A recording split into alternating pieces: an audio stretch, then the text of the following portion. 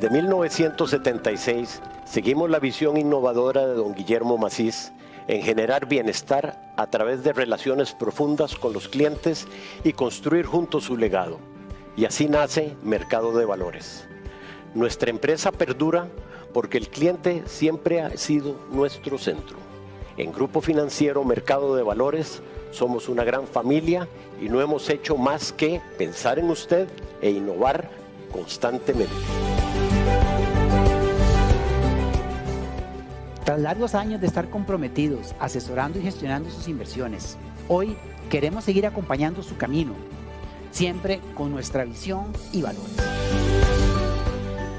Incorporamos en su estrategia de inversión el diseño de soluciones y productos integrales y personalizados, totalmente transparentes, hechos a la medida para que usted tenga control y flexibilidad.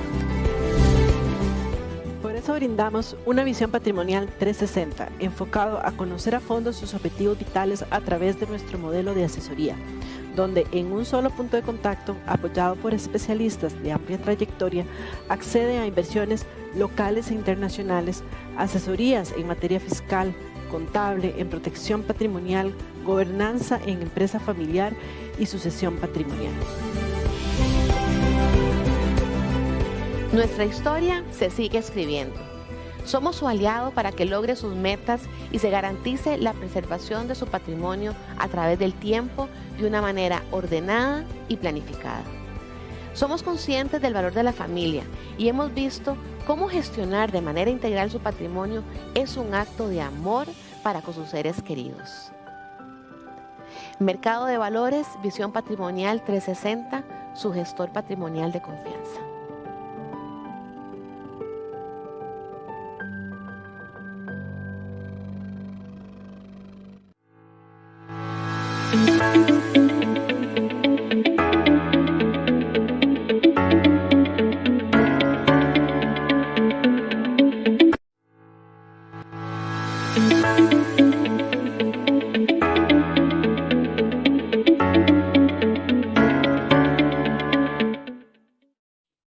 Buenos días, empresarios, exportadores, aliados de Cadexco y público en general que nos acompaña.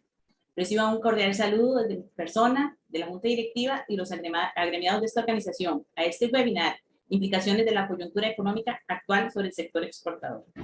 Quisiera externar una fraternal bienvenida a los expositores del día de hoy. A la señora Nuria Marín, abogada, historiadora y empresaria, presidenta de la organización ALAS y fundadora de Álvarez y Marín Corporación. Al señor Brian Harrington, administrador de empresas, especialista en finanzas e inversiones, gerente del segmento institucional en Mercado de Valores de Costa Rica, y al señor Emanuel Agüero, economista y máster en ciencias económicas, gestor de estrategia de inversión y macroinvestigación en la Bolsa de Valores de Costa Rica. Cadexco tiene como objetivo acompañar el proceso exportador y el comercio internacional con el propósito de promover y coadyuvar en las exportaciones, su competitividad y desarrollo en el comercio exterior en general, en beneficio de nuestro país. Un quehacer de enorme relevancia, ya que en la actualidad el país cuenta con alrededor de 2.300 empresas exportadoras. Vendemos más de 4.300 productos a diferentes 150 países. Y lo más importante de esto es el empleo que se genera con todo empresas, 875,000 empleos. Con la creciente integración de las economías en todo el mundo, especialmente a través del comercio y los flujos financieros, las repercusiones que inciden sobre otros territorios se expanden de forma expeditiva y contundente, apelando a la competitividad de las empresas nacionales. De acuerdo con el reporte Perspectivas Económicas Mundiales 2022 de The Economist Intelligence Unit, para este cuarto trimestre del 2022, la economía mundial enfrentará diversas consecuencias, y esto derivado de la invasión de Rusia a Ucrania, el endurecimiento monetario global y la desaceleración económica en China y la inflación. Sin duda, el sector exportador no está exento de los derivados de esta coyuntura económica global, por lo que desde Cadexpo proporcionamos este espacio para que el sector exportador se revista de conocimiento, aprendizaje, actualización profesional y comprensión de las variables que inciden en el mundo para la mejora en la toma de sus decisiones. Desde la Cámara de Exportadores de Costa Rica agradecemos a los aliados que hicieron posible este evento, a los expositores y a todos los participantes que están interesados en ampliar su conocimiento, hacer crecer sus negocios y tomar decisiones claves vinculantes en el sector y el bienestar del país. Muchas gracias, esperamos que sea de mucho provecho este webinar y le doy el pase a Brian Harrington.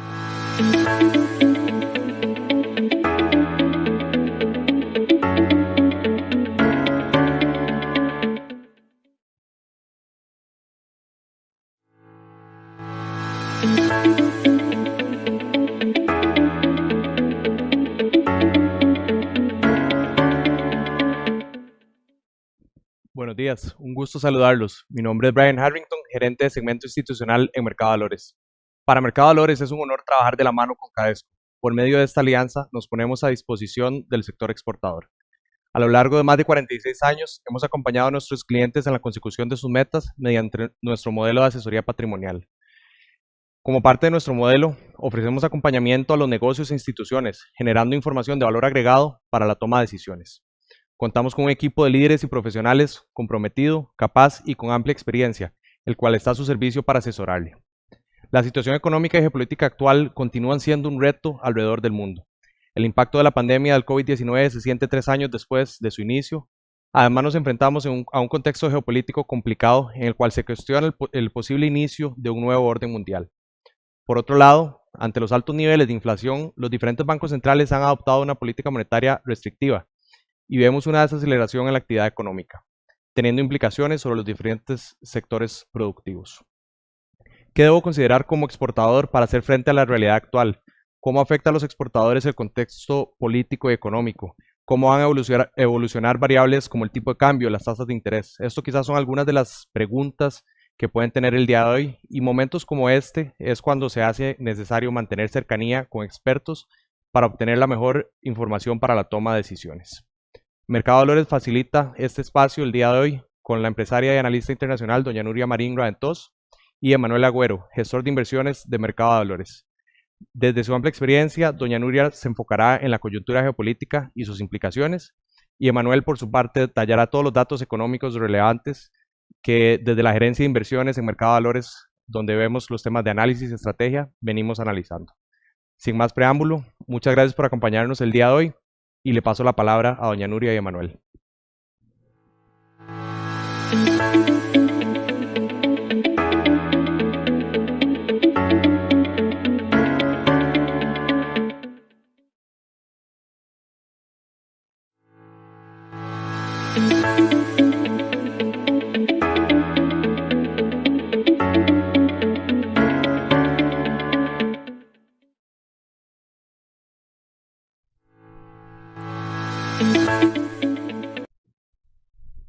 Muy buenos días, muchísimas gracias a Mercado de Valores y a la Cámara de Exportadores por esta oportunidad.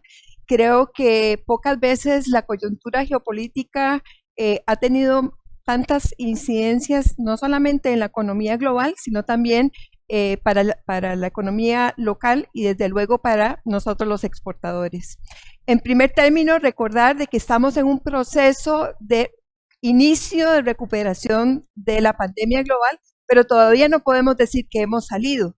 Y esta pandemia tuvo toda una serie de implicaciones que se habla de que en esta década hemos sobrevivido tres crisis económicas, en la que hubo en la crisis inmobiliaria en el 2007 y en el 2008, pero luego la de la pandemia y ahora las implicaciones que tiene la invasión ilegítima de Rusia a Ucrania. Tenemos un choque a la economía, la dependencia a China e India, muy importante. Esto lleva a tomar decisiones que cambia totalmente el escritorio y la toma de decisiones para nosotros los empresarios. Efectivamente, antes el nombre del juego era la eficiencia. El offshoring normalmente estaba localizado en Asia por los bajos costos de producción. China e India eran prácticamente el taller del mundo, y ahora el nombre del juego es la resiliencia. ¿Y qué significa resiliencia? Bueno, es en garantizarnos que tengamos acceso a esas materias primas y a esos bienes y servicios para la generación de nuestros productos y nuestros servicios de exportación. Y esto se vio interrumpido por medidas como el cierre de 8 de los 10 puertos más importantes del mundo, que están prácticamente ubicados en diferentes territorios chinos, y esto obviamente ha tenido una incidencia que se ha denominado como crisis de contenedores, pero en realidad es una ruptura o una disrupción de las cadenas de logística. También tenemos, producto de la pandemia, un choque de energía, y ese choque de energía, por una parte, bajó los precios, pero por otra parte, hizo muy difícil la exportación de productos tan importantes como el gas. Y entonces, si bien el precio del barril del petróleo estaba bajo, los precios del gas se exponenciaron. Y luego, como les decía, estábamos apenas empezando con el inicio de la recuperación cuando se vino esta fecha, 24 de febrero del 2022, que cambió totalmente las reglas del juego.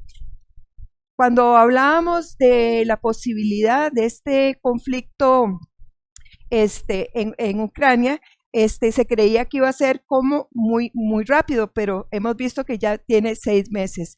Esto, además, tenemos que verlo dentro de un contexto que no ha cambiado. Más bien, justamente en este fin de semana, con la reelección de Xi Jinping, tenemos un enfrentamiento o una guerra comercial que es mucho más que una guerra comercial. Es una guerra que tiene implicaciones tecnológicas, es una guerra que tiene implicaciones espaciales, es una guerra en donde se habla de que si estamos en un periodo de guerra fría. En este momento no podría yo decir que estamos con una guerra fría declarada como se sucedió a partir de finales de la década de los 40 en el siglo XX, pero sí ha habido una evolución de las relaciones entre Estados Unidos y China, y entre el mundo y China, que se puede desglosar entre estas diferentes etapas. Por ejemplo, una integración de China y su incorporación a la Organización Mundial del Comercio. Un escenario de globalización plena en donde prácticamente China se convierte en el proveedor global y nadie está cuestionando que sea un riesgo geopolítico. Después viene la época de la colaboración-competencia y lo que se llama la competencia y confrontación. Ahorita podríamos hablar de un desacople. ¿Cuánto y qué dimensión tendrá ese desacople? Eso está por verse, y esto tendrá serias implicaciones en nuestras cadenas de proveedores y también cómo veamos nosotros a China, no solamente como proveedor de las materias primas, sino también en términos de un China comprador, y que se convierta esa segunda economía del mundo en el segundo mercado de exportación para Costa Rica, lo cual no ha sucedido al momento de hoy. Sucedió en los mejores momentos de la exportación de Intel, en donde éramos un exportador importante, pero hoy por hoy no somos un exportador importante para China, pero sí somos grandes compradores y dependemos de las cadenas de exportación de parte de China. ¿Qué pasaba con Rusia? Rusia se veía como esa potencia que reclamaba su rol y su capacidad de proyectar poder al mundo. Ahí les estoy integrando cuáles son, antes de la invasión de Rusia, cómo estaban integrados los ejércitos más poderosos, en donde Estados Unidos lidera, viene en segundo lugar China, en un tercer lugar Rusia. Y recordar la visión de Putin, que en esta invasión es fundamental.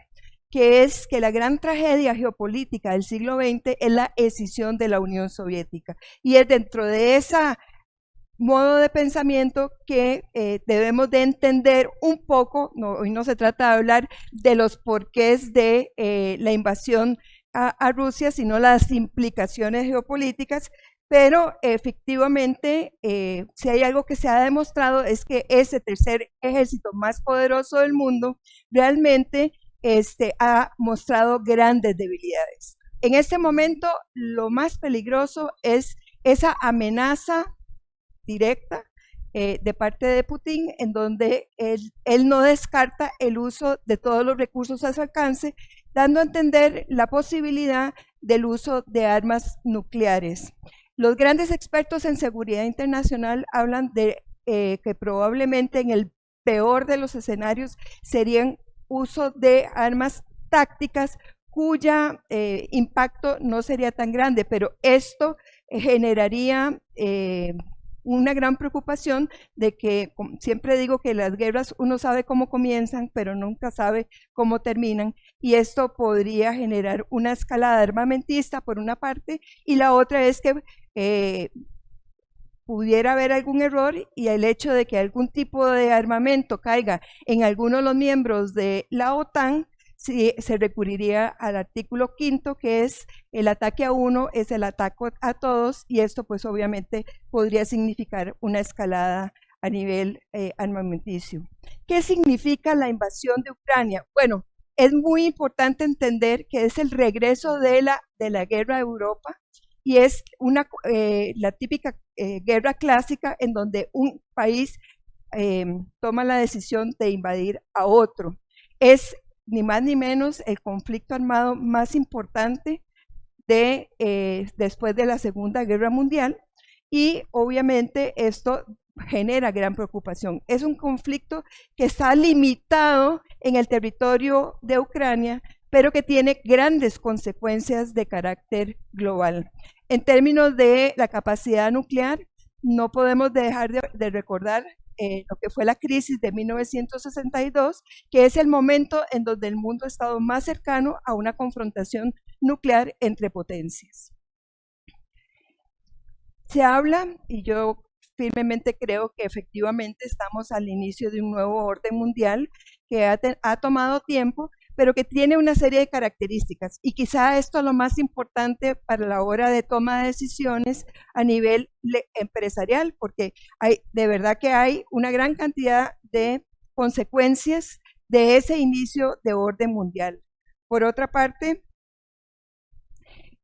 como les mencionaba anteriormente, esa guerra comercial se está convirtiendo en un desacople. ¿Qué significa esto?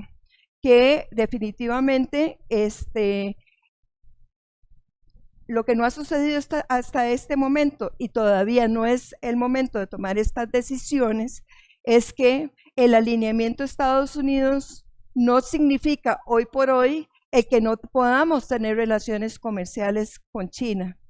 Cuando estaba la Unión Soviética había dos grandes bloques, todavía no estamos ahí, pero como les decía anteriormente, estamos en un periodo de desacople en donde cada vez más las empresas, no solamente por los costos más altos que ya se presentan en la mano de obra china, ya están tomando decisiones de migrar su producción no solamente en China, sino también a India y, por ejemplo, a Vietnam. Pero eso no nos protege contra el riesgo regional geoestratégico. Entonces, muchas de esas decisiones van a significar oportunidades para Costa Rica. ¿Por qué? Porque pasamos de un offshoring a un nearshoring, y el nearshoring es relocalizar la producción a lugares más cercanos al mercado destino, y recordamos que Costa Rica tiene una posición geográfica estratégica muy cercana a ese gran mercado que son los Estados Unidos, y también cercano en términos relativos a el mercado de la Unión Europea, que al final de cuentas son nuestros dos mercados más importantes. ¿Qué va a pasar con Rusia? Bueno, hoy vamos a hablar sobre todo Manuel, de una gran palabrita que se llama recesión. Sin embargo, el futuro de Rusia en términos políticos es verdaderamente complejo. Se habla de que es el gran perdedor, que va a convertirse en un paria internacional, va a quedar totalmente aislado. Imagínense las relaciones comerciales, de hacer esas relaciones comerciales que se deben de basar en la confianza, en donde no va a haber riesgos de carácter bélico. Entonces, sí, efectivamente, en términos de su participación en el multilateralismo, pues obviamente, nuevamente usar la palabra aislado, paria, aunque haya un cambio de régimen. En el peor de los escenarios es que Rusia se convierta en un satélite del poderío chino, que un país que aspira a reclamar su puesto como potencia mundial sería lo peor que le puede pasar. Definitivamente no podemos olvidar que todavía tendría algunas fortalezas y bueno, hay que lidiar con una Rusia y esas fortalezas es la energía. Recordar que bajo la Siberia están grandes reservas energéticas, que esto pues obviamente le da un gran poderío y que la capacidad nuclear es una realidad que tiene este país. Esto es quizá uno de los cambios más interesantes en términos de qué ha pasado con el multilateralismo. Aquí me sale un poquito la abogada y, por ejemplo, resultó bien interesante que el Consejo de Seguridad siempre ha sido el órgano por excelencia para garantizar la paz y la seguridad internacional. Pero recordemos que en ese Consejo de Seguridad hay 15 miembros, de los cuales son 5 miembros permanentes, dos de los cuales tienen poder, los 5 tienen poder de veto, pero en esta coyuntura son realmente importantes, como es el caso de China y Rusia. ¿Qué se hizo en esta situación? Lo cual es un hito histórico, que por razones de procedimiento se elevó a la Asamblea General la votación para ver si se estaba en contra o a favor de la invasión de Rusia.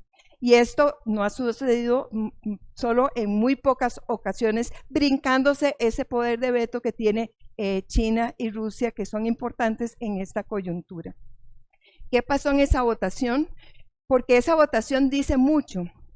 Pareciera que es una votación nominalmente muy importante, porque hay más de 140 países que están en contra de la invasión de Rusia. Pero cuando esa votación la desglosamos en términos de población, vemos que 1/3 de la población está en contra de la invasión, 1/3 de la población que representan esos países votantes representa que se abstuvieron y un 30% estuvieron a favor de esa invasión. Entonces, ¿esto qué es lo que nos dice?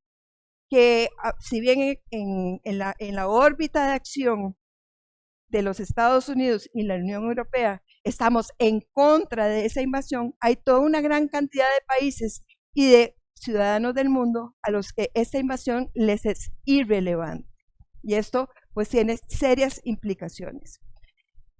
Antes del inicio del siglo, las decisiones se tomaban en un órgano que es el G7, donde estaban la mayoría de los países industrializados. Se invitó a Rusia y entonces hablaba de un G8, G7 más 1, pero a partir de el 2014, con la invasión de Crimea, prácticamente Rusia es expulsado de ese G8 y el G20, que fue un órgano, una conjunción de países que fue fundamental en la resolución de la crisis del 2007-2008 inmobiliaria, ha pasado a un segundo plano y hoy por hoy, en donde se están tomando las decisiones importantes, nuevamente es el G7. Entonces, como ustedes ven, hay cambios en Naciones Unidas, hay cambios en cuál es el centro de poder hoy por hoy, el G7 y ya no el G20.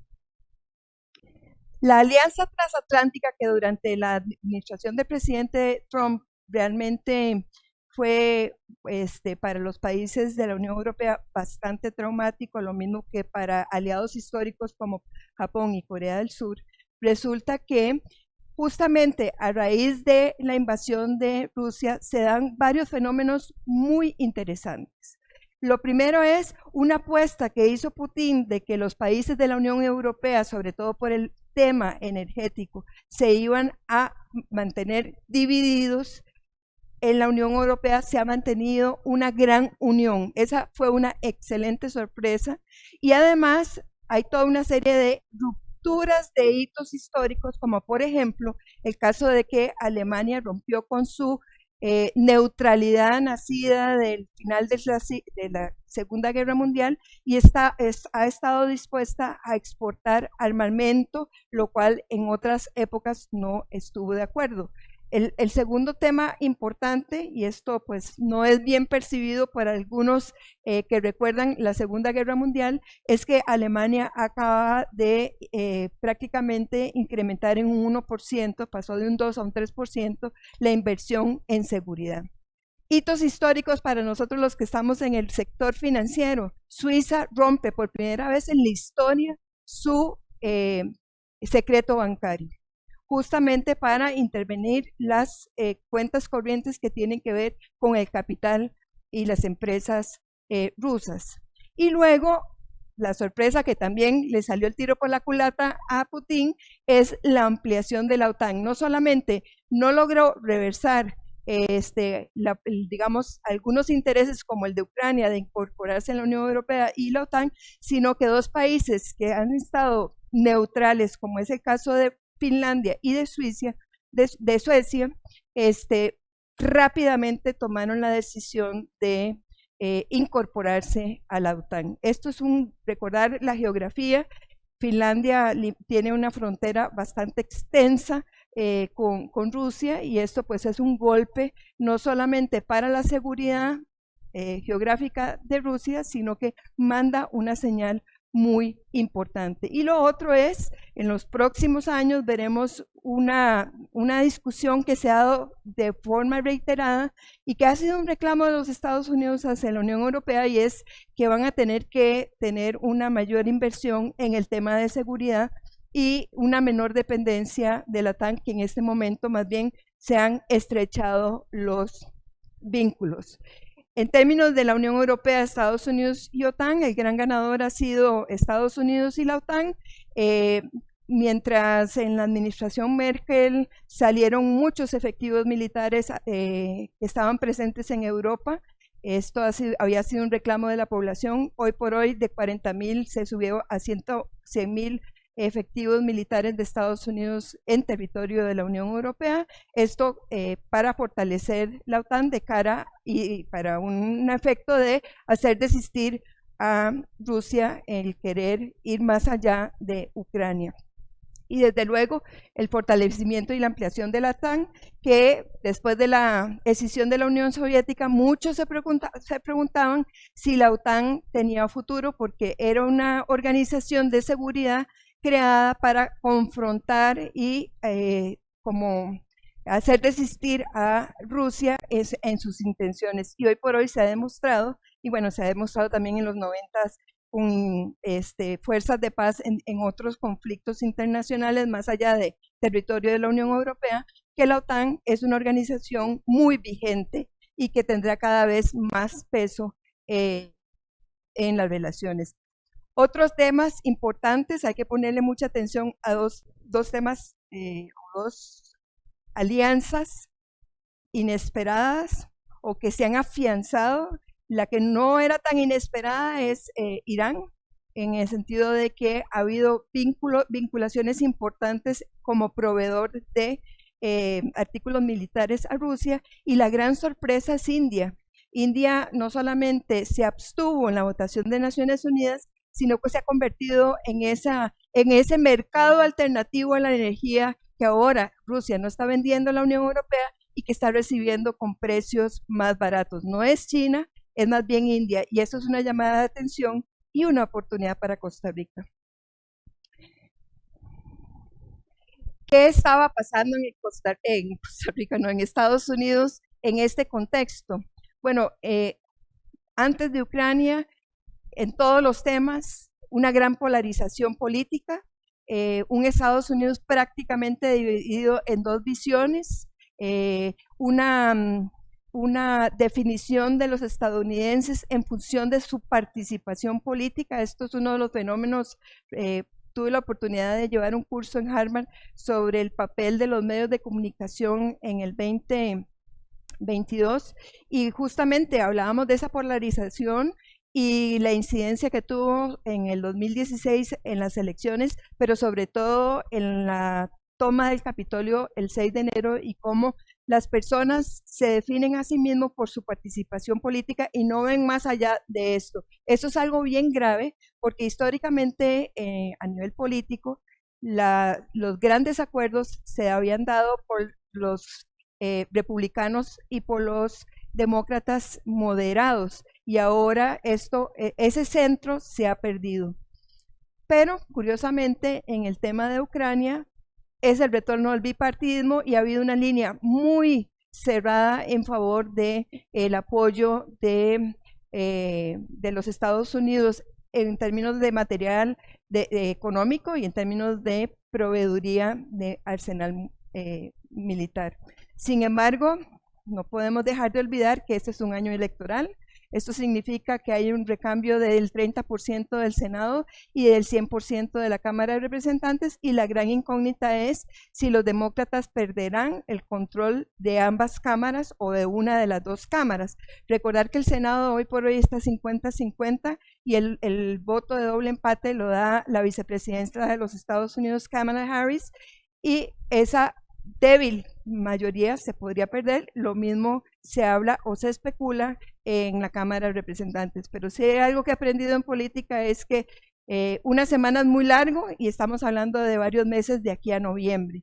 Y la gran sombra que hoy por hoy se presenta en los Estados Unidos es la posibilidad de un regreso del expresidente Donald Trump, lo cual tiene serias implicaciones geopolíticas en términos de la confrontación con China, en términos del distanciamiento con sus aliados históricos en la Unión Europea y entonces eso pues está navegando en el inconsciente de sus países. ¿Qué ha pasado en seguridad? Los Estados Unidos, yo se los puse ahí muy sencillamente, tienen una estrategia de 1-1+3. ¿Qué significa eso? El primer 1 significa que el reto más importante para los Estados Unidos es China, el segundo es Rusia y el tercero son otros, Irán y Corea del Norte. Esto se mantiene a pesar de que está la confrontación con Rusia. Realmente la confrontación o esa guerra comercial, que no es comercial con China, efectivamente se va a mantener. Y esto tiene serias implicaciones en términos, por ejemplo, de tecnología. Costa Rica podría tener que plantearse cuál es el proveedor en tecnología que vamos a tener en nuestros sistemas en el ICE, hoy por hoy altamente dependiente de tecnología china. Bueno, eso es una de los retos que podríamos tener en el futuro. En términos de seguridad, obviamente organizaciones como la OTAN salieron fortalecidos, el Quad, que es el Australia, Japón e India, al tener a India como integrante, hay que ponerle un signo de pregunta por esta relación tan estrecha que ha manifestado con Rusia, y el AUKUS, que es esa alianza entre Australia, Reino Unido y Estados Unidos. ¿Qué quiere decir esto? Bueno, que el mundo, a pesar de lo de Ucrania, la cuenca del Pacífico cada vez va a ser más importante en las relaciones políticas y las relaciones comerciales y financieras. Hoy se habla de dos conceptos que antes no se hablaban. Antes se hablaba de Oriente y Occidente, ahora se habla de global occidental, que es un G7 al que se le suman Japón, Corea del Sur, Australia y Nueva Zelanda. Y por otra parte, el sur global, que no es un renacimiento de los no alineados, pero que en alguna medida es todos esos países para los cuales les es irrelevante lo que esté pasando en Australia y a otros que les es relevante, pero que no están en ese global occidental. aquí voy a hablar muy rápidamente de estos temas porque tenemos al supergenio Emanuel que nos va a hablar. Y entonces, pero sí, recordad que estamos ante la presencia de una de las crisis humanitarias más fuertes en Europa. La crisis alimentaria se genera porque en términos de granos, tanto Rusia como Ucrania representan un 30% del mercado global. Tiene implicaciones a más largo plazo. Nosotros los que somos agricultores, yo soy bananera exportadora, el precio de los fertilizantes y el acceder a fertilizantes es un tema fundamental para la agronomía. Y desde luego, en términos de la crisis energética, hay que ponerle atención qué es lo que está pasando con un aliado histórico, Arabia Saudita, que le ha salido un poco rebelde, bueno, ya venía rebelde, los Emiratos Árabes Unidos y desde luego la OPEC, que contra la solicitud de los países de ese global occidental de no interrumpir o bajar la oferta petrolera, más bien están en momentos de crisis energética y de altos precios de petróleo que son un componente fundamental en eso que todos tememos que es la recesión. Tomaron la decisión de reducir en un 2% la oferta de barriles de petróleo y esto pues obviamente significa un distanciamiento con ese global occidental. Y hay que poner también, nuevamente insisto, a India, por lo que ya mencioné, y a Turquía. Recordar que justamente hace 2 semanas hubo un acuerdo fundamental que convierte a futuro a Turquía en una gran ruta de tránsito de la energía rusa a otros mercados. La energía rusa ha estado muy orientada, los gasoductos hacia Europa, la Unión Europea, hacia digamos, su oeste. Ahora Rusia tiene que pensar en generar capacidad de traslado de su energía hacia Oriente y es parte de la negociación que está haciendo con Turquía. 2 palabras que vamos a analizar el día de hoy están en la toma de decisiones de todos nosotros: la inflación y las perspectivas de recesión. Es el fin de la globalización, perdón, ahí es el inicio de la desglobalización o el fin de la globalización. Bueno, hay personas que dicen que sí, este es el inicio del fin de la desglobalización. Yo lo que creo es que hay fuerzas tendientes a la desglobalización que va a tener serios impactos en Costa Rica. ¿Qué significa esto? Para los consumidores significa que vamos a tener precios más altos y para los que producimos significa que vamos a tener que buscar nuevos proveedores. Cuando el mundo estaba orientado a la eficiencia, la pandemia nos demostró que tenemos que enfocarnos en la resiliencia y es ahí donde viene el concepto de nearshoring, que es cómo llevar la producción más cercana al mercado de destino. En este sentido, grandes ganadores, Intel Costa Rica, y toda la industria que tiene que ver alrededor de ella. Yo creo que en este momento hay 2 grandes oportunidades.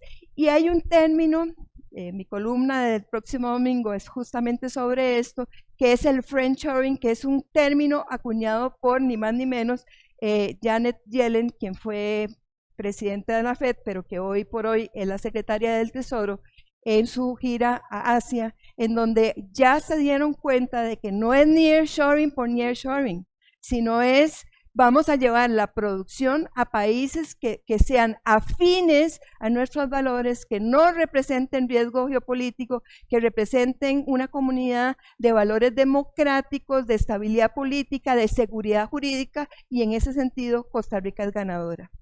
En el 2021, una fuerza de trabajo que pidió el presidente Biden, que unía a 4 ministerios: Defensa, Comercio, Seguridad y Salud Pública, establecieron 4 prioridades que representaban oportunidades que tenían que desarrollarse en Estados Unidos.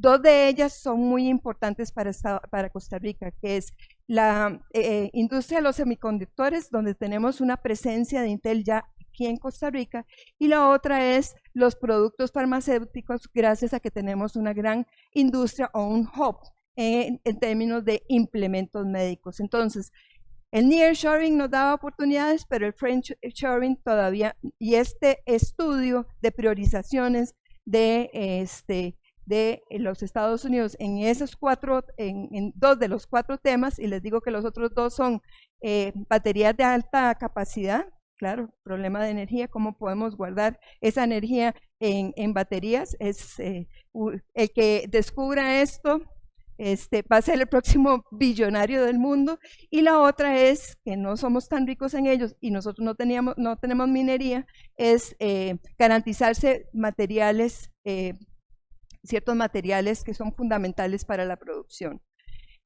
Muy bueno que Costa Rica ya esté viendo hacia el Pacífico. Hemos perdido 8 años en ese sentido de 2 administraciones que no creían en la Alianza para el Pacífico, pero no dejo de recordarles que tenemos grandes debilidades. Y hoy por hoy está en discusión. Nosotros no exportamos por Caldera, pero sé de los dolores de cabeza que representa Caldera, y no podemos quedarnos exportando con las actuales instalaciones portuarias en Caldera, además de que han incrementado los gastos. El tema de la energía, tenemos que buscar una matriz en donde cada vez seamos menos dependientes de esa factura petrolera, y recordar que el transporte, y sobre todo el transporte público, tiene un porcentaje muy importante de esa factura petrolera. Tenemos que competir a base de talento y tenemos un apagón educativo. Y el último tema, que también va a ser muy alejado, tenemos que ser muy rigurosos y sigilosos en la supervisión de que no se dé una manipulación cambiaria por razones políticas. Muchísimas gracias.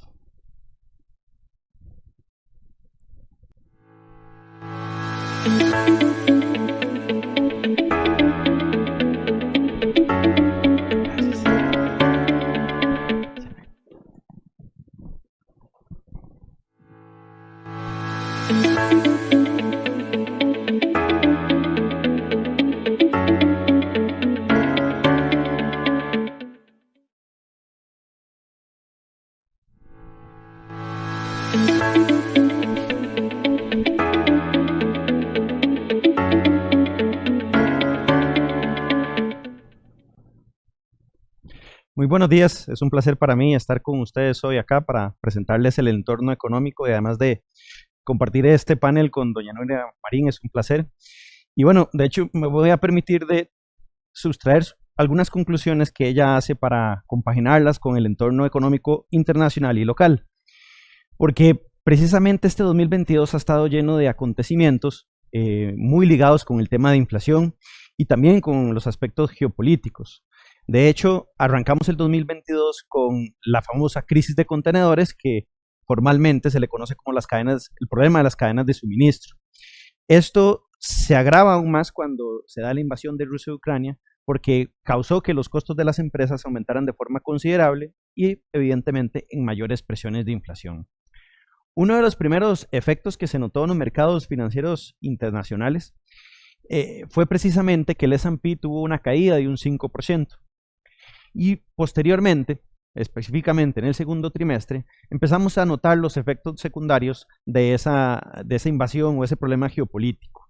En primer lugar, con un aumento en el precio de los alimentos, debido a que lo que eran los granos básicos se encarecieron de forma sustancial, y además de eso el precio del petróleo continúa en aumento.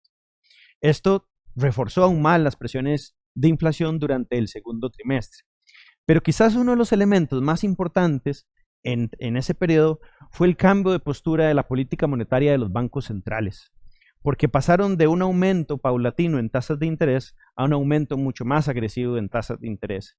Y eso no solamente se ha notado a nivel de la Unión Europea o del Banco Central norteamericano, que se le conoce como la Reserva Federal, sino también el mismo Banco Central de Costa Rica siguió ese aumento de tasas. Esta situación, por supuesto, causó un temor dentro de los mercados financieros, provocando que el S&P 500 cayera un 18%, y hasta el momento ha sido el trimestre con mayor turbulencia financiera. En este último, en este tercer trimestre, perdón, lo que hemos empezado a notar es una discusión de cuánto tiempo van a mantenerse las tasas de interés altas y qué implicación van a tener en el crecimiento económico. Entonces, de alguna manera se va encontrando poco a poco un consenso de que existiría un impacto significativo en el crecimiento económico y que las políticas de tasas de interés altas probablemente se van a mantener por 24 meses. Esto termina provocando que el S&P haya caído un 5,5%. Entonces podemos notar que han habido una gran cantidad de eventos en todo el 2022 que han tenido a la inflación en niveles no observados desde hace bastante tiempo atrás y que va a tener efectos importantes sobre el crecimiento económico global, y eso impacta también la demanda externa de Costa Rica. De hecho, si vemos un poco más en detalle este tema de inflación, muchas veces lo asociamos con aumento en el precio de los alimentos, con aumento en el precio del petróleo, pero para Estados Unidos el problema va un poco más allá, porque cuando eliminamos esos dos componentes de la inflación de Estados Unidos, es decir, alimentos y energía, ese indicador cae de un 8,3% a un 6%, es decir, su reducción no es tan significativa, y es porque también tienen un mercado laboral bastante fuerte y bastante robusto, y es un poco contradictorio porque en estos momentos un mercado laboral fuerte como en Estados Unidos no es tan buena noticia, porque también la economía se va desacelerando. O sea, lo podemos interpretar de que la productividad de cada trabajador en Estados Unidos es menor, viene cada vez disminuyendo. Y eso precisamente lo podemos observar con los niveles de contratación que están históricamente altos si lo comparamos con la última década. Y uno de los puntos que esto está desencadenando es que el salario por hora sea mayor, y lo podemos ver con un ejemplo muy sencillo. En los centros comerciales de Estados Unidos pasan contratando personal, cada vez un salario por hora más alto, y es que hay escasez de mano de obra, y especialmente la poco calificada. Y esto pues evidentemente presiona más la inflación. Una de las grandes preguntas es cómo se controla ese mercado laboral, y es quizás acá donde está el mayor reto de Estados Unidos, porque podemos notar que en estos periodos, y si lo comparamos contra un evento como el del 1982, los aumentos de desempleo al final terminan siendo una condición necesaria para poder controlar la inflación. Y es que durante la pandemia en Estados Unidos, debido a las restricciones sanitarias, se dio una mala asignación de recursos en el mercado laboral. ¿Y esto qué significa? Significa que esas personas que podían trabajar en restaurantes, en sitios turísticos, como se cerraron las operaciones, pues se fueron a buscar trabajo en otros lugares, farmacias, centros de alimentos, y que claramente no tenían la misma experiencia. Por esa razón hemos visto también una caída de la productividad norteamericana y en consecuencia la inflación de los salarios se viene sosteniendo de forma sustancial. De hecho, hay un trabajo muy interesante que hace Larry Summers, ex asesor de Obama y profesor de Harvard, donde demuestran que gran parte del fenómeno inflacionario en Estados Unidos está precisamente en el mercado laboral. Y esto lo plantea en términos de política económica como un ejercicio retador para la Reserva Federal. Porque hasta que este mercado laboral no se estabilice, en Estados Unidos la inflación no va a persistir. De hecho, esto es un poco distinto al caso costarricense, donde el tema inflacionario sí depende más de los alimentos y el precio internacional del petróleo. Entonces, ¿cuáles podrían ser esos impactos de la política de la Fed en medio de una necesidad también de no solo controlar la inflación, sino que el mercado laboral se estabilice, deje de crecer tanto y que de alguna forma el desempleo aumente?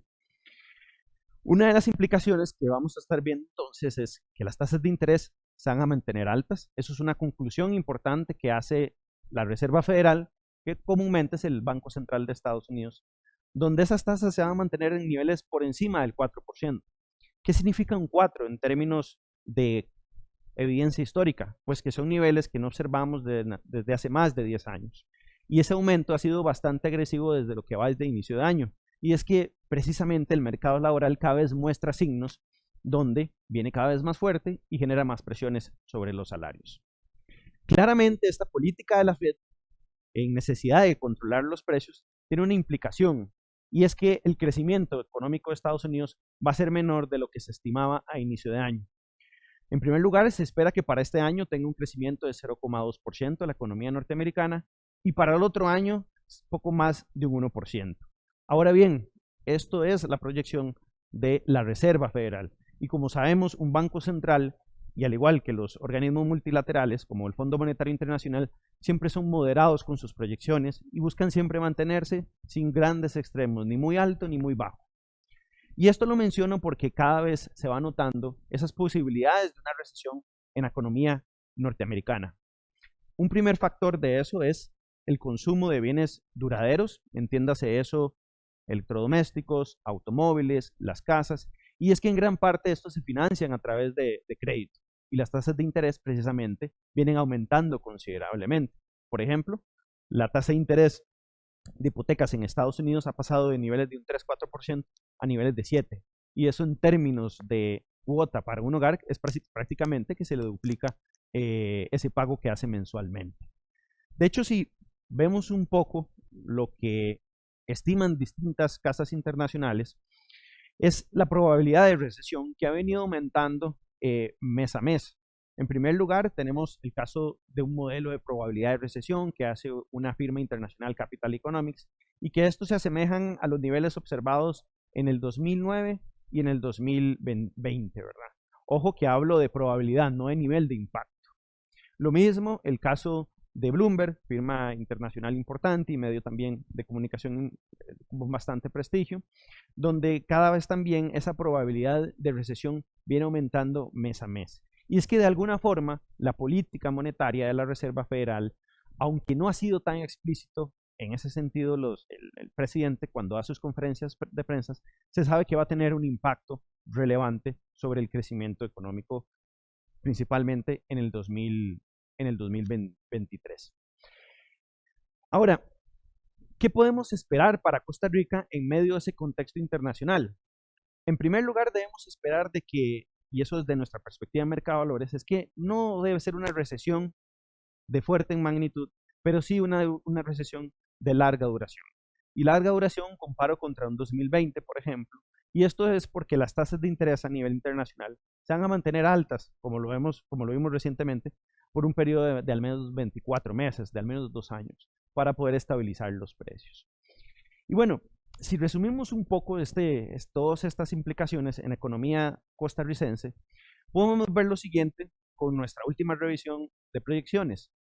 En primer lugar, es que debemos esperar que el crecimiento de las exportaciones sea menor de lo que venimos observando respecto al 2021, 2022 y hoy principalmente para el 2023. Y esto debido a una economía global más desacelerada por las políticas de alzas en tasas de interés.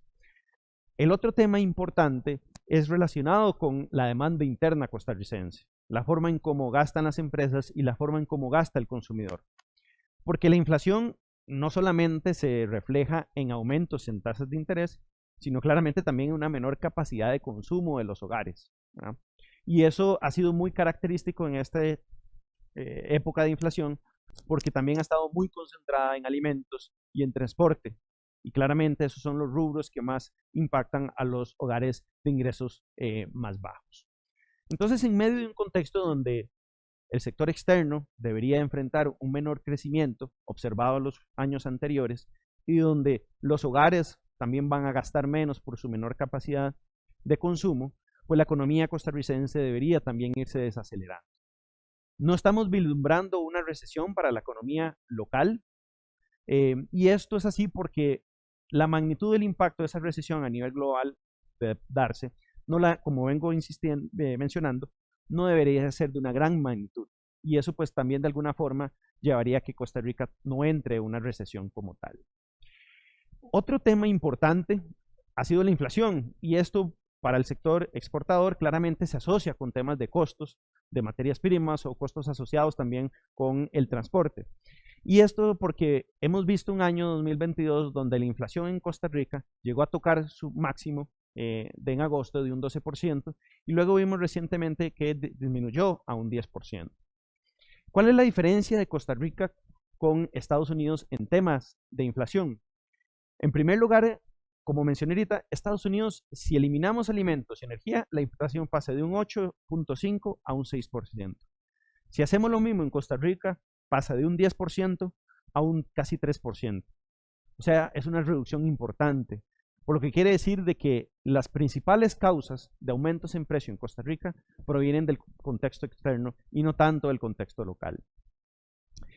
Esto, pues, de alguna forma ha también causado que el Banco Central de forma sostenida haya aumentado las tasas de interés de un 0,75 a inicio de año a prácticamente un 9% al cierre de la última reunión, que fue en el mes de septiembre.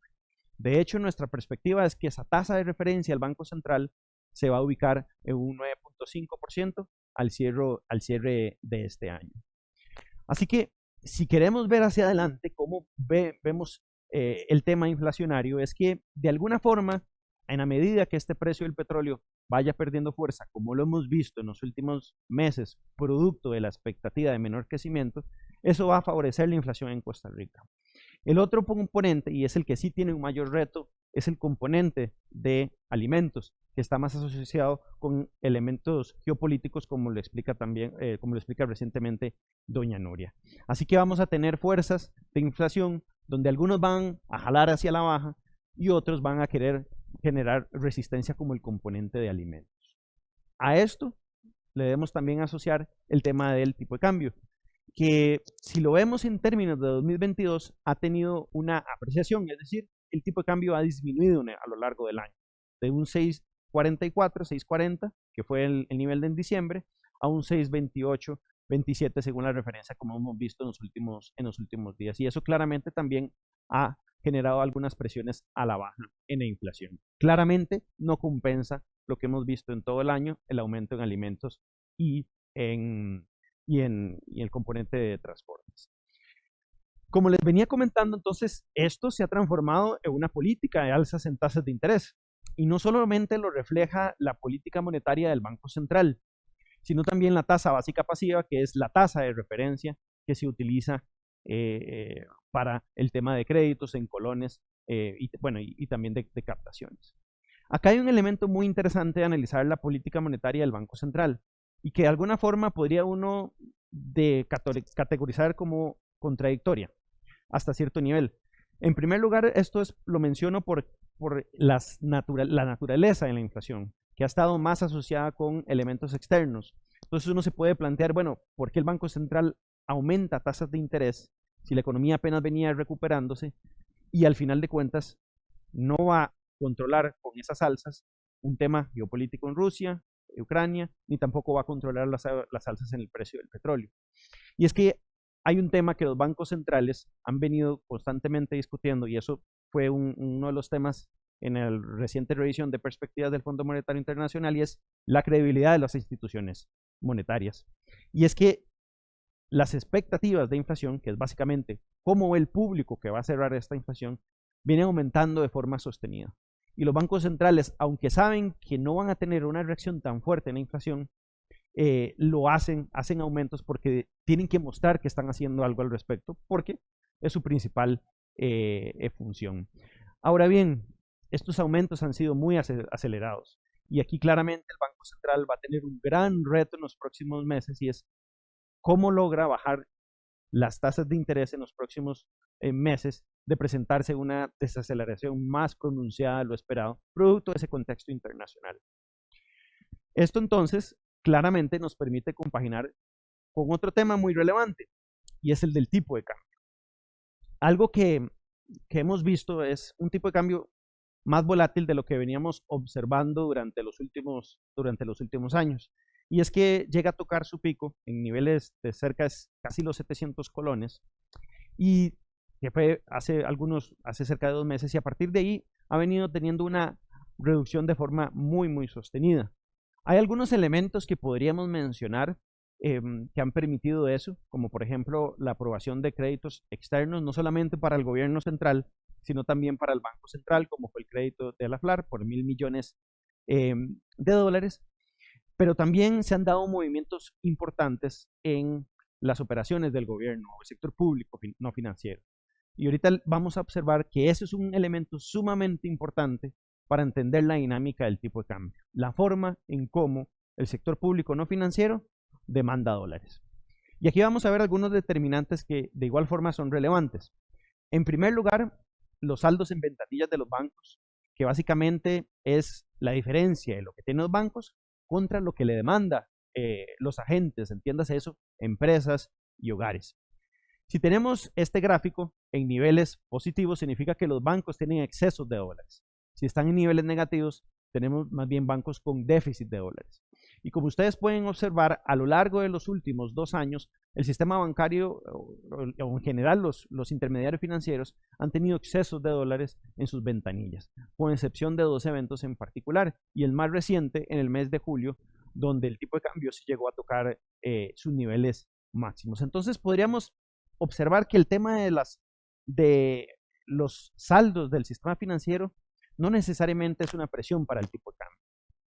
El otro determinante, y que sí ha sido muy relevante, ha sido la forma en cómo ha demandado el sector público no financiero dólares. Y aquí hay dos componentes relevantes. El primero ha sido el recope, sobre todo por la mayor necesidad de compras de hidrocarburos, precisamente por el aumento no sostenido en el precio del petróleo, que está aumentado considerablemente la factura petrolera. Entonces, estimamos para este 2022 que la factura petrolera del año pasado de 1.500 millones de dólares pase a casi los 3.000 millones de dólares por ese mayor, no solo aumento en el precio del petróleo, sino una mayor circulación de las personas comparados con el año anterior.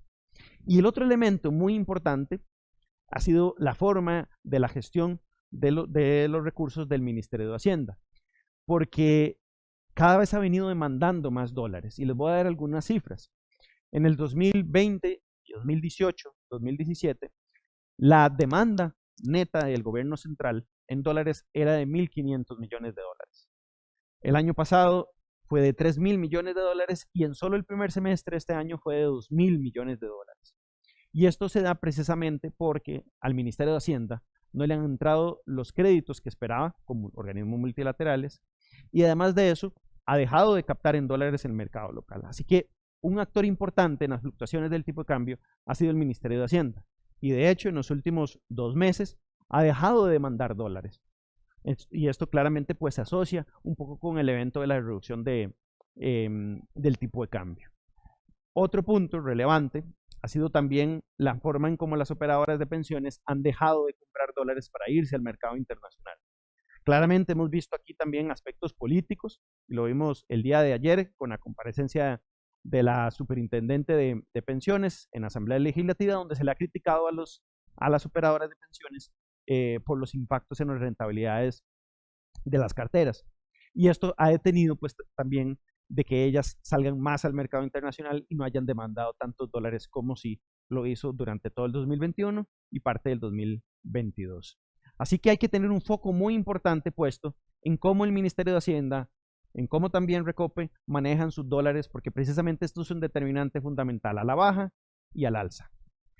El otro ha sido claramente, que es compaginado con el anterior, la dinámica legislativa. Y esto tiene impactos relevantes porque de alguna forma la aprobación de créditos con organismos multilaterales, y como vamos a ver ahorita con el caso de los eurobonos, también tiene una influencia relevante. ¿Qué ha sucedido en los últimos 2 años?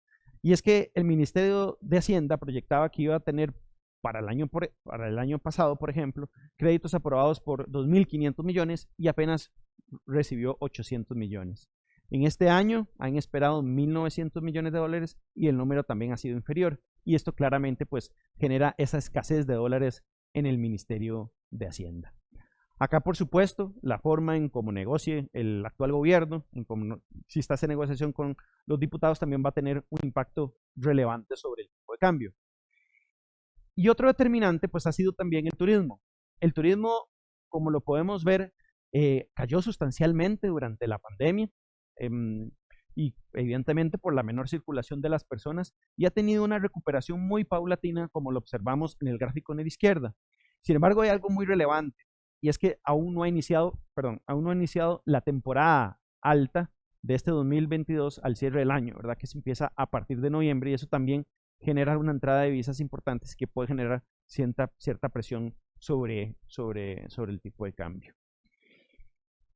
Y este quinto determinante ha sido pues el manejo de las reservas del Banco Central, porque si algo caracterizó la primera parte del 2022, era un Banco Central pues, proveéndole reservas al Ministerio de Hacienda y al Recope para que pudiese comprar, el caso de Recope, los hidrocarburos, y el Ministerio de Hacienda para los pagos de la deuda dominada en moneda extranjera.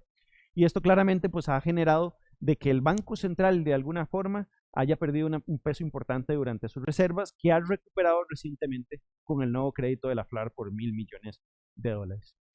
Pero el punto donde quiero más llegar es cuál es ese determinante clave del tipo de cambio en los próximos meses.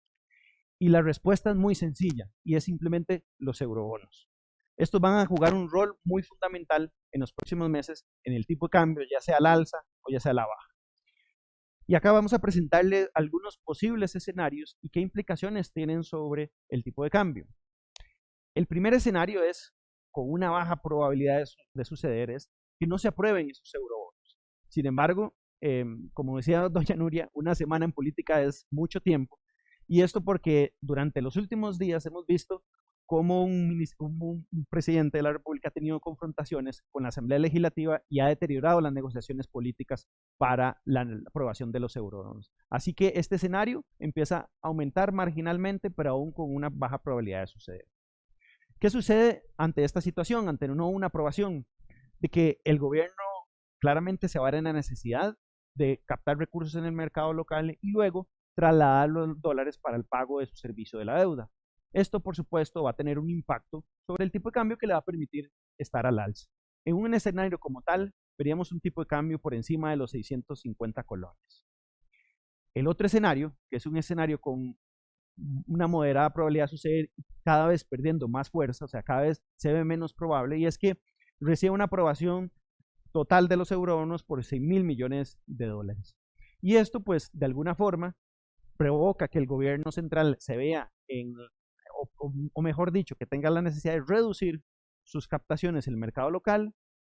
Evidentemente, no van a tener esa necesidad en dólares y va a ejercer menor presión sobre el tipo de cambio, y que evidentemente, pues, le facilita su gestión de recursos. Ahora bien, este es ese impacto un poco más operativo, pero hay un impacto también a nivel de comportamiento en un escenario como este, y es específicamente que los hogares y las empresas empiezan a anticipar que el tipo de cambio puede llegar a disminuir por la aprobación de $6.000 millones. Y esto refuerza aún más la reducción de un tipo de cambio, que en este caso lo veríamos con una posibilidad de incluso bajar los 600 colones. Ahora bien, esto es uno de los escenarios que ha perdido fuerza en los últimos días, sobre todo por ese deterioro en las negociaciones políticas en la Asamblea Legislativa. Y por último, un escenario que tiene una posibilidad mayor de suceder es una aprobación parcial de los eurobonos por $1.500 millones. Esto reduce claramente las necesidades de financiamiento interno del gobierno y también pues va a tener mayores dólares a su disposición para el pago de su servicio de la deuda. De nuevo acá va a haber un impacto también a nivel de comportamiento sobre las empresas, sobre los hogares, pero ya mucho más moderado que el escenario anterior. Así que este canal de expectativas que influye al final en el tipo de cambio, y la manera más sencilla es que si anticipamos que van a entrar muchos dólares, eso puede provocar que muchas empresas y hogares empiecen a salir a vender a los dólares para pasar a colones. Ahora, como menciono, acá lo vemos como una posibilidad más moderada, el impacto a nivel de tipo de cambio, y lo veríamos en niveles similares a los actuales, en torno a los 615, 610 colones, que es quizás un poco más bajo de lo que está ahorita. Estos tres escenarios para el sector exportador, es decir, el sector de ustedes, es sumamente importante tenerlos claros, porque al final de cuentas, el impacto en el tipo de cambio va a estar muy, muy concentrado entonces en la dinámica legislativa y cómo termina aprobándose este proyecto. Y por último, un determinante que quizás acá no menciono y que es muy relevante, son los aspectos operativos del mercado mayorista. Es decir, hablo del mercado donde se transan los grandes montos de dólares en Costa Rica, específicamente Monex. Y esto lo menciono porque al final de cuentas los bancos, las grandes empresas pueden hacer algún tipo de operación por X motivo, que eso puede también generar un alza o una baja en el tipo de cambio. y que es un tema importante a tomar en cuenta y que es completamente impredecible y es parte de las características de nuestro mercado cambiario. Entonces, si resumimos un poco acá los determinantes de ese tipo de cambio, lo que queremos mostrar acá es que entre más amarillo, más fuerzas a la baja en el tipo de cambio tendrá, entre más verde, mejor dicho, más fuerzas a la baja, entre más amarillo, más moderado, y entre más rojo, más impactos al alza va a tener. Lo que quiere decir esto es que las fuerzas del tipo de cambio, para un lado o para el otro, van a hacer un balance en cómo esa percepción de el balance comercial que viene dado por la factura petrolera y la forma en cómo gestiona el sector público no financiero sus recursos van a ser importantísimos en los próximos meses. De igual forma, ese influjo de capitales, que ahí están los eurobonos, el tema de la inversión extranjera directa, las salidas potenciales de capital que puedan hacer más operadores de pensiones, también van a tener un efecto importante en el tipo de cambio. Pero insistimos, un elemento aquí clave va a ser los eurobonos en los próximos meses. Así que, si podemos hacer un resumen de este balance de riesgos de la economía local e internacional, es que claramente ha existido una desaceleración no solamente de las actividades internacionales, sino también poco a poco de las actividades locales. Y eso se ve específicamente a través de un menor ingreso disponible de los hogares y que también pues esa demanda externa debería irse desacelerando. Algo muy importante, y es que siempre se observa en Costa Rica, es la lentitud en la que impacta el contexto internacional al contexto local. Y eso lo vimos muy evidente durante la pandemia, donde notamos que la economía global se desploma en marzo y abril y los índices de actividad económica asociados con el sector externo e incluso con las zonas francas se empezó a observar un efecto hasta mayo, junio. Y eso es algo importante también a hacerlo notar para el sector, de que lo que veamos en la economía global y esté sucediendo en este momento no es necesariamente ser algo inmediato, sino que puede ser de forma paulatina. Además de eso, tomar en cuenta siempre estas mayores presiones de inflación a nivel internacional y específicamente en Estados Unidos, porque como lo destaqué, ese tema de inflación para Estados Unidos es un poco más complejo que para Costa Rica. Así que deberíamos de observar niveles de precios en Estados Unidos por un periodo más largo en niveles altos, pues. Además de eso, la política monetaria del Banco Central también va a ser de mucho cuidado de estar observando, porque precisamente ese aumento en tasas de interés también van a desacelerar la actividad más doméstica asociada con temas de créditos para los hogares y para las empresas. Y un tema muy importante que, si bien no entramos en detalle en esta presentación porque queríamos enfocarlo un poco más a ese contexto internacional y cómo impactaba pues temas como tipo cambio y la dinámica productiva, es las finanzas públicas, porque al final de cuentas hemos visto de que las cifras fiscales han avanzado mucho mejor de lo esperado, y esto en parte es por los impactos de esa reforma fiscal del 2018, pero también hay que tomar en cuenta que los ajustes fiscales no solamente dependen de la forma en cómo se aprueban, sino también de la implementación. Así que va a ser muy relevante en los próximos meses ver qué tanto va a resistir la regla fiscal en temas políticos, porque claramente hay presión para que se vaya suavizando un poco por la restricción que ha tenido a nivel de gasto. Entonces, esto es la presentación del mercado internacional y espero haber sido lo más preciso posible. Muchas gracias.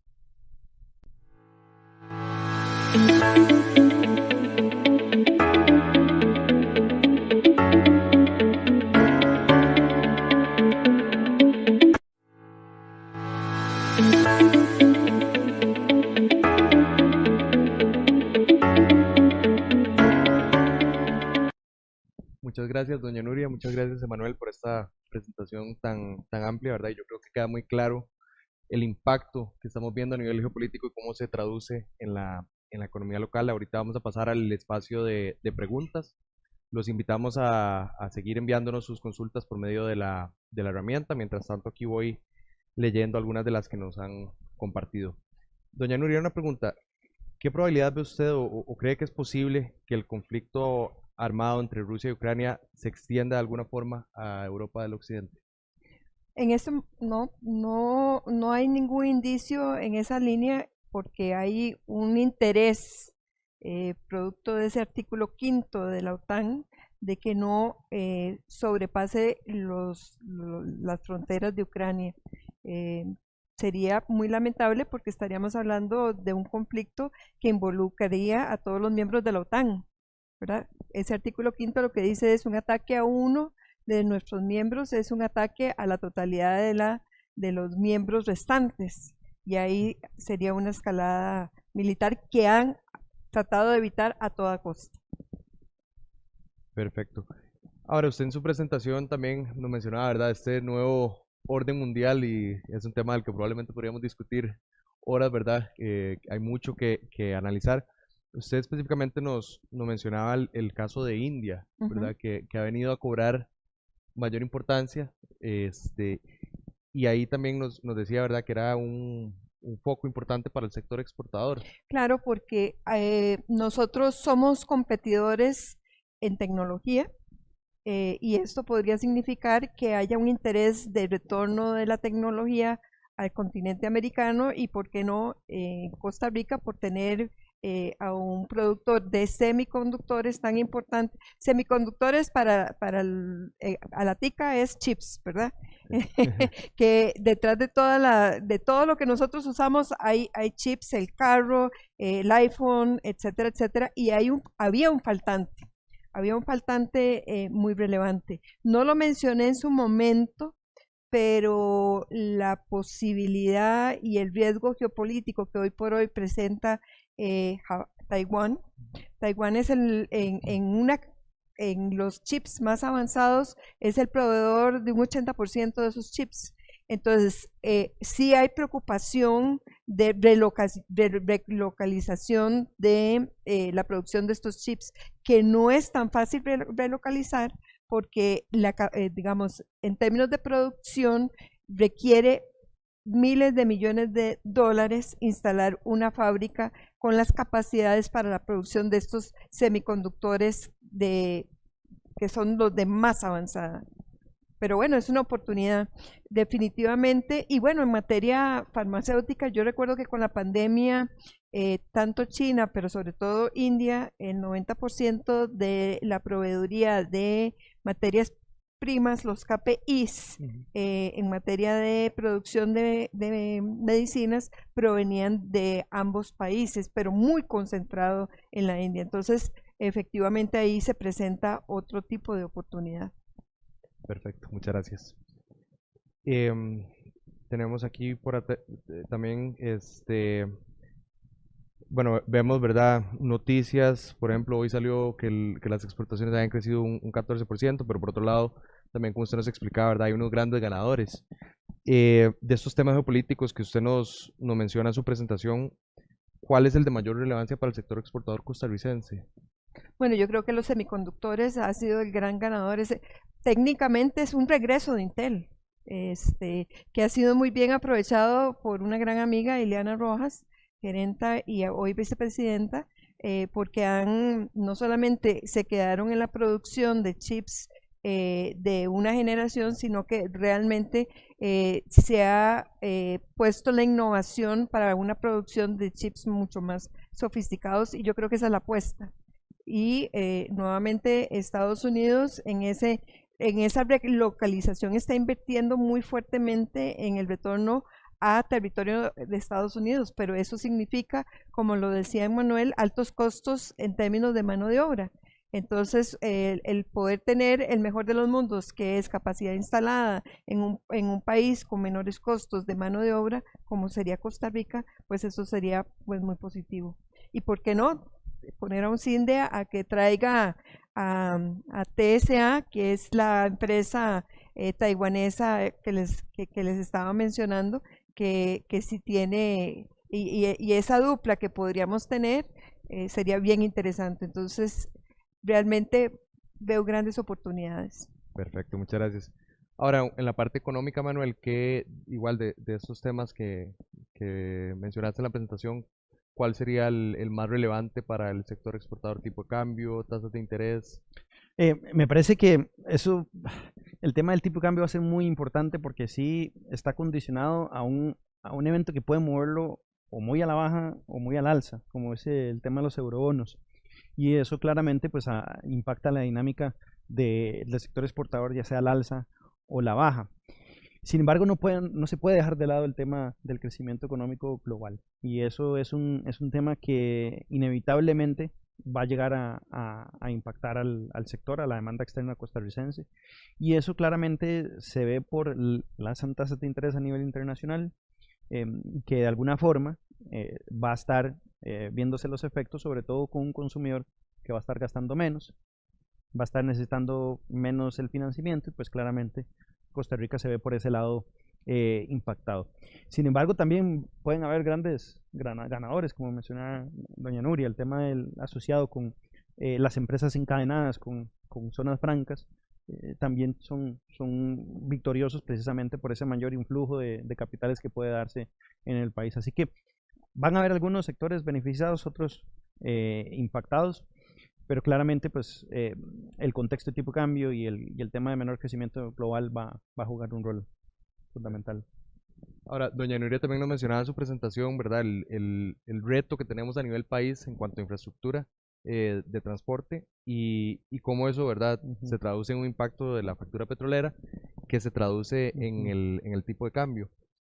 ¿Qué otros factores externos podrían tener un impacto así de relevante en el tipo de cambio? También el tema de las alzas en tasas de interés, eso juega un rol importante en el tipo de cambio, que es un factor externo, y de alguna forma ha sido una necesidad también para el Banco Central tener que subir tasas, porque lo que está generando Estados Unidos es que los capitales se muevan hacia su moneda. Por eso de alguna forma hemos visto un dólar que se ha fortalecido bastante en este año, y el mejor ejemplo es que un dólar es igual a un euro ahora. Cosa que no veíamos nunca se había visto en realidad. Así que el tema en alzas en tasas de interés también tiene un efecto sobre el tema cambiario. Perfecto, muchas gracias.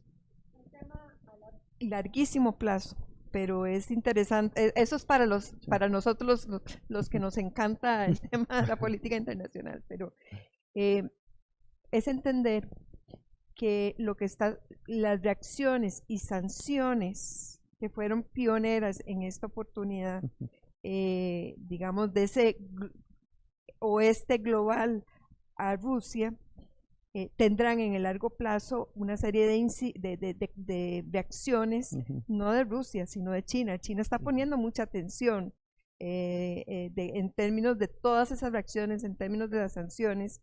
Y entonces se ha especulado mucho sobre el futuro del dólar, porque hay una interdependencia entre China y Estados Unidos, porque China es el tenedor de mayores reservas en dólares, y el hecho de que las sanciones financieras a Rusia tuvieran que ver con el SWIFT, que tuvieran que ver con fondos del Banco Central en territorio no ruso, esto es una llamada de atención. ¿Cuál es la ventaja del dólar? Que no hay una moneda alternativa al día de hoy. Pero ¿cuál va a ser la preocupación? Y recordar que China no piensa en cuatrienios, como muchos de nuestros países, o en quinquenios por plazos electorales, sino que sus políticas se piensan en términos de 100 años, ¿verdad? Entonces, yo estoy segura que esto está en el escritorio de quien maneja las reservas monetarias en términos de la búsqueda de una menor dependencia del dólar. Totalmente. Perfecto, y eso me lleva a otro tema relacionado con China, ¿verdad? Y Estados Unidos. Vemos otra vez, cobra importancia esta guerra comercial entre China y Estados Unidos, ¿verdad? Tal vez habíamos tenido ahí otros temas que nos estaban distrayendo, pero ya de cada vez se escuchan más noticias, ya Estados Unidos, ¿verdad?, vuelve a tomar medidas. ¿Qué impacto podría tener la guerra comercial entre Estados Unidos y China sobre el proceso de adhesión de Costa Rica a la Alianza del Pacífico? En realidad no tendría ninguna incidencia, porque, o sea, nosotros somos estados soberanos y tomamos nuestras decisiones. Más bien, no lo dije porque estaba con preocupación del tiempo, pero definitivamente la cuenca del Pacífico está llamada a convertirse en una cuenca comercial y financiera tan o más importante que la cuenca del Atlántico, ¿verdad? Por las fuerzas de intercambio comerciales. Entonces, por eso insistía de que qué dicha que este gobierno tomó la decisión de reactivar ese proceso y que como país perdimos 8 años. Perfecto. De hecho, quisiera complementar algo que dice doña Nuria, y es una oportunidad muy importante también para el sector y para la inversión extranjera directa el poder aliarse a la Alianza del Pacífico, también por el contexto político de la región, donde existe un Colombia con muchos vulnerabilidad política, lo mismo, monetaria, el peso ha perdido un 20%. Totalmente, y Chile enfrenta la misma situación, Perú, y son salidas de capitales que se están empezando a dar en esos países que Costa Rica, con más apertura comercial, con más contexto internacional, buscando pues asociarse a eso, es una ventaja muy importante que deberíamos de sacar. Sí, hay otra alianza de la cual se comenta poco, que es la Alianza de la Democracia. La invasión a Isla Portillo nos demostró que necesitábamos aliados, y yo creo que esta es una alianza importante y está fundamentada en los valores democráticos. Entonces, en esta nueva visión de friendshoring, cada vez va a ser más importante. Comenzaron pocos países, inicialmente estábamos con Panamá, con República Dominicana, se acaba de adherir un Ecuador, pero ahí podríamos construir también una alianza de carácter político. Pero si hay algo que me ha demostrado las consecuencias de la invasión de Ucrania, es que un fenómeno como el que la política o la fragmentación política no había incidido por las fuerzas globalizadoras en los intercambios comerciales, ahora va a impactar. Entonces sí, va a haber decisiones comerciales que tienen un trasfondo político, y ahí hay oportunidades. Totalmente. Entrando un poco en temas de nearshoring y friendshoring, y aquí nos pregunta, considerando el dinamismo en el régimen especial y la oportunidad del nearshoring, ¿sería posible esperar que el entorno de recesión mundial no afecte tanto la producción nacional en el 2023? Bueno, yo creo que Manuel lo dijo muy bien. Sí. Realmente, si vemos un poco las cifras, que al menos que estamos proyectando nosotros, no vemos a Costa Rica entrando en esa recesión por 2 motivos. El primer motivo, porque no anticipamos una recesión de gran magnitud, sino más que todo de una duración un poco más larga. Y además de eso, la dinámica productiva y el tener también sectores tan diversificados nos ha permitido fortalecer.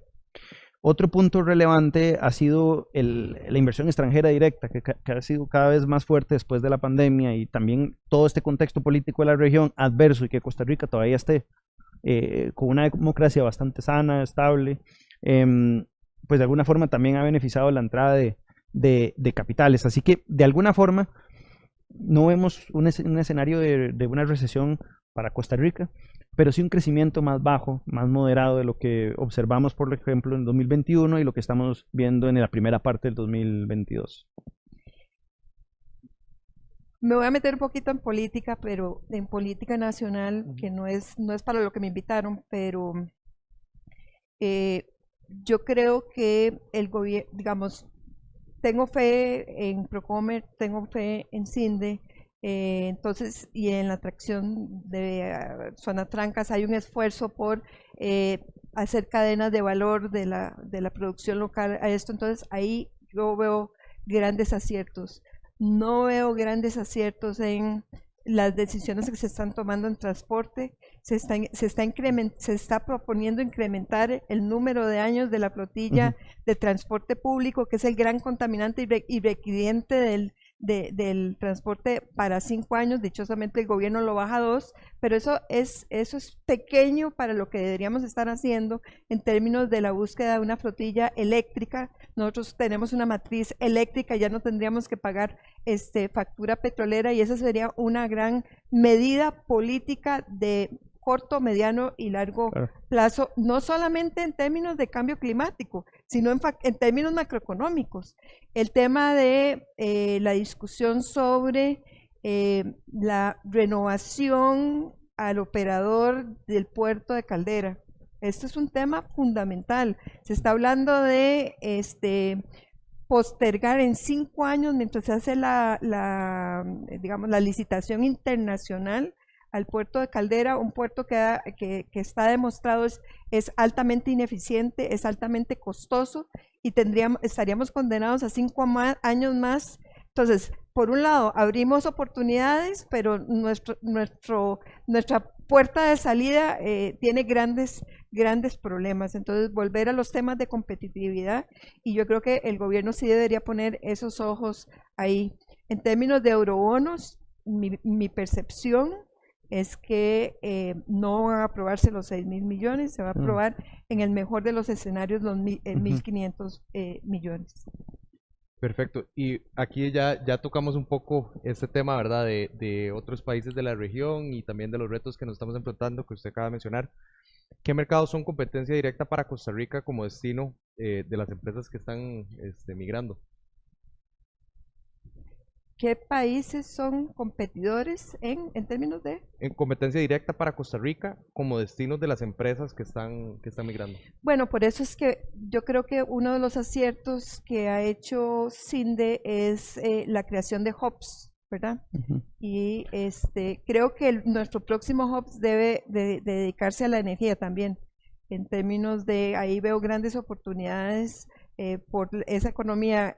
Uno de los comisarios de la Unión Europea decía, no sé si lo mencioné, pero un 16% de la dependencia de la Unión Europea con la energía rusa en su totalidad, pero hay países como por ejemplo Alemania que depende en un 50%, y hay una decisión política de no compra más allá del 2022 de energía rusa. Eso tiene grandes implicaciones. Entonces, lo que decía este comisario de energía y del Pacto Verde es: tenemos que acelerar la transición energética a la menor dependencia de los combustibles fósiles. Esto, o sea, teniendo una Unión Europea y teniendo un Estados Unidos más los acuerdos de París, definitivamente es una gran oportunidad. Ahí va a haber fondos y esto podría ser para Costa Rica de verdad una oportunidad. Y no solo por esa parte de nuestra imagen verde, sino también porque a la región la parte verde no la tiene muy fuerte. Y eso lo vemos precisamente porque tienen una alta dependencia al petróleo, un Colombia, un Brasil, un México, o el caso de Chile con las minerías. Y coincido con doña Nuria en ese tema. Aparte, así como hoy por hoy las oficinas centrales de Microsoft están en Costa Rica para América Latina, pues en esa parte energética es más una oportunidad que algún tema de la región que nos pueda robar empresas al respecto. Así que yo creo que en esa parte, sobre todo buscando esa ventaja relativa que tenemos contra la región, Costa Rica tiene mucho que maximizar. Y quizás ahí puede que la parte también de las políticas gubernamentales van a ser fundamentales, y que de momento esa parte energética no se ha trabajado o no ha sido muy evidente, por lo menos en la actual administración. Perfecto. Ya para ir cerrando, también nos preguntan por aquí, ¿de qué manera pueden las pymes afrontar todo este cambio en la globalización, de manera que les permita continuar en este proceso de internacionalización? ¿Y qué cambios se podrían hacer a nivel organizacional o administrativo para hacer frente a los problemas tanto actuales como futuros? Bueno, yo creo que adoptar las buenas prácticas del sector exportador, Sí. yo creo que eso es fundamental. El acceder a las certificaciones internacionales, pero sobre todo las buenas prácticas, porque vamos para un mundo cada vez más sofisticado, y esos encadenamientos desdichadamente no se han logrado en la dimensión que debieran haberse dado, ¿verdad? Hay un trabajo muy interesante con este tema que hizo un costarricense que es profesor en London School of Economics, José Pablo Vázquez, y él se hacía la siguiente pregunta: ¿qué tan diferente es una empresa pequeña que se liga con las zonas francas versus aquellas que no se ligan con las zonas francas? Y uno de los hallazgos que él encontraba es que, en primer lugar, son 20% más productivas, y es porque al final de cuentas hay una curva de aprendizaje y un efecto contagio, en el sentido que las pequeñas empresas que se ligaban con las zonas francas notaban las prácticas que ellas tenían, cómo operaban, cómo era el tema organizacional, y eso se terminaba contagiando, como un contagio positivo, pues. Y además de eso también eran cerca de un 9% más rentables, así que pues me parece que es un trabajo que evidencia muy bien esto que nos comenta doña Nuria y que pregunta la persona. Perfecto, bueno, muchísimas gracias a todos por habernos acompañado el día de hoy. Para Mercado de Valores es un honor poder trabajar de la mano con Cadesco y compartirles esta información relevante para la toma de decisiones. Cualquier consulta, no duden en contactarnos, por favor. Y les recordamos que en Mercado de Valores somos su gestor patrimonial de confianza. Doña Nuria, muchísimas gracias por acompañarnos el día de hoy. Un placer. Manuel también, muchas gracias.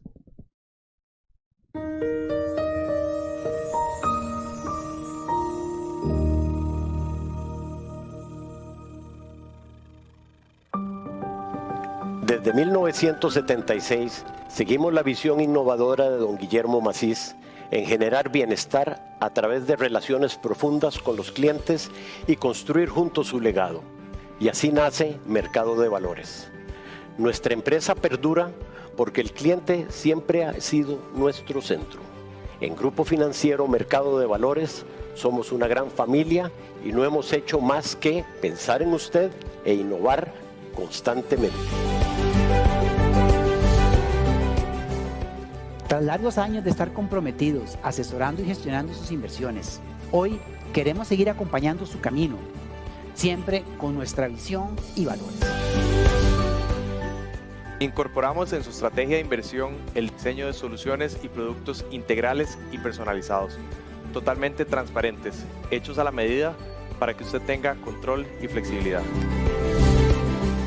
Por eso brindamos una visión patrimonial 360, enfocado a conocer a fondo sus objetivos vitales a través de nuestro modelo de asesoría, donde en un solo punto de contacto, apoyado por especialistas de amplia trayectoria, accede a inversiones locales e internacionales, asesorías en materia fiscal, contable, en protección patrimonial, gobernanza en empresa familiar y sucesión patrimonial.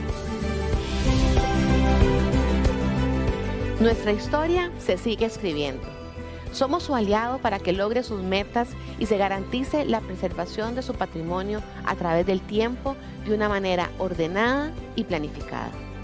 Somos conscientes del valor de la familia y hemos visto cómo gestionar de manera integral su patrimonio es un acto de amor para con sus seres queridos.